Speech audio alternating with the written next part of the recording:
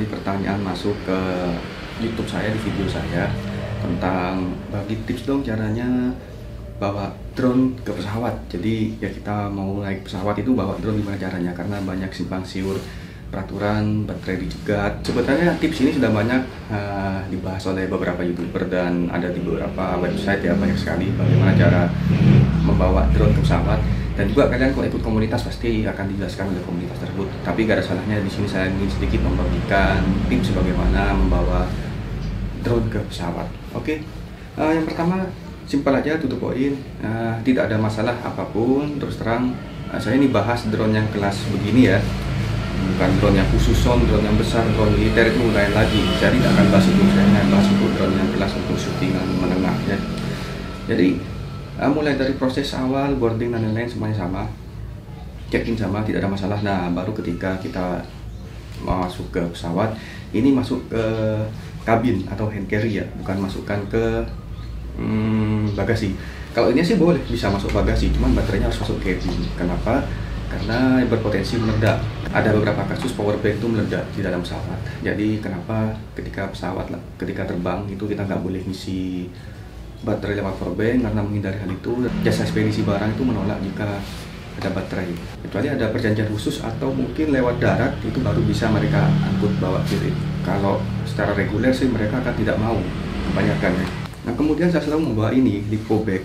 Saya bilang ini nggak wajib ya. Nanti kalau saya bilang mewajibkan pasti ada yang komentar debat. Saya nggak bawa ini kok, nggak apa-apa kok, lolos di anu. Ya sekali lagi saya hanya sunnah ibaratnya ya. Saya bawa ini hanya sunnah, tapi recommended banget. Jadi sekali lagi saya nggak bilang diwajib, tapi ini sangat recommended ya. Saya selalu bawa ini karena apa? Karena kebijakan bandara tuh kadang beda-beda security-nya, AFSEC-nya ya. Jadi kadang memperbolehkan, kadang enggak.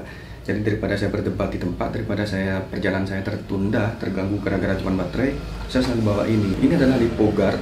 Nah, ini adalah baterainya Mavic. Semua baterai itu ada lipo bag-nya masing-masing. Aftermarket ya, pihak ketiga ya. Jadi tinggal masukkan gini. Jadi saya bawa 3 baterai, saya bawa ini.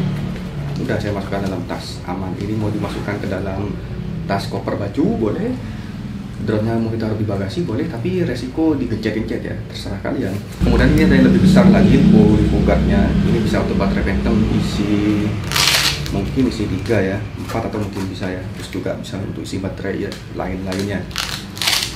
Ini fungsinya untuk mereduksi atau mengurangi resiko kebakaran dari baterai lipo. Udah saya selalu bawa ini sih. Dan juga baterainya tuh harap dikosongin ya. Maksudnya kosong tuh bukan kosong 0%, tapi sisa 2 baterai, sisa 2 lampu ya. Atau sekitar 45% lah kurang lebih. Ke bawah ya, jangan sampai 100%. Kalau ada yang bertanya, saya pernah lolos kok 100%. Ya saya juga pernah lolos, itu pun saya waktu itu ANPA. Saya benar-benar lupa, habis dari Sulawesi kalau nggak salah. Saya pikir semua baterai udah habis. Ternyata ketika nyampe di turun bandara, baterainya masih full 1. Nah, namanya juga alpha, kita nggak tahu, tapi lebih baik dikosongin, dan tuh recommended harus dikosongin ya teman-teman.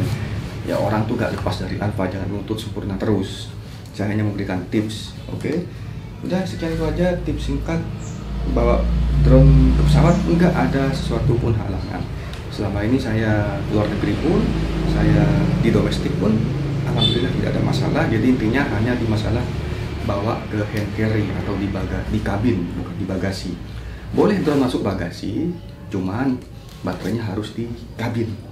Dan saya sarankan selalu membawa tas lipo bag. Nah, tas lipo bag tuh kisaran harganya 170 ribuan, 100 ribuan, 200 ribuan, tergantung kualitas dan tergantung size-nya. Oke, udah sekian dulu, semoga info dari saya bermanfaat. Jangan lupa dibagikan, di-share, dan di komen jika ada yang mau ditanyakan. Assalamualaikum warahmatullahi wabarakatuh.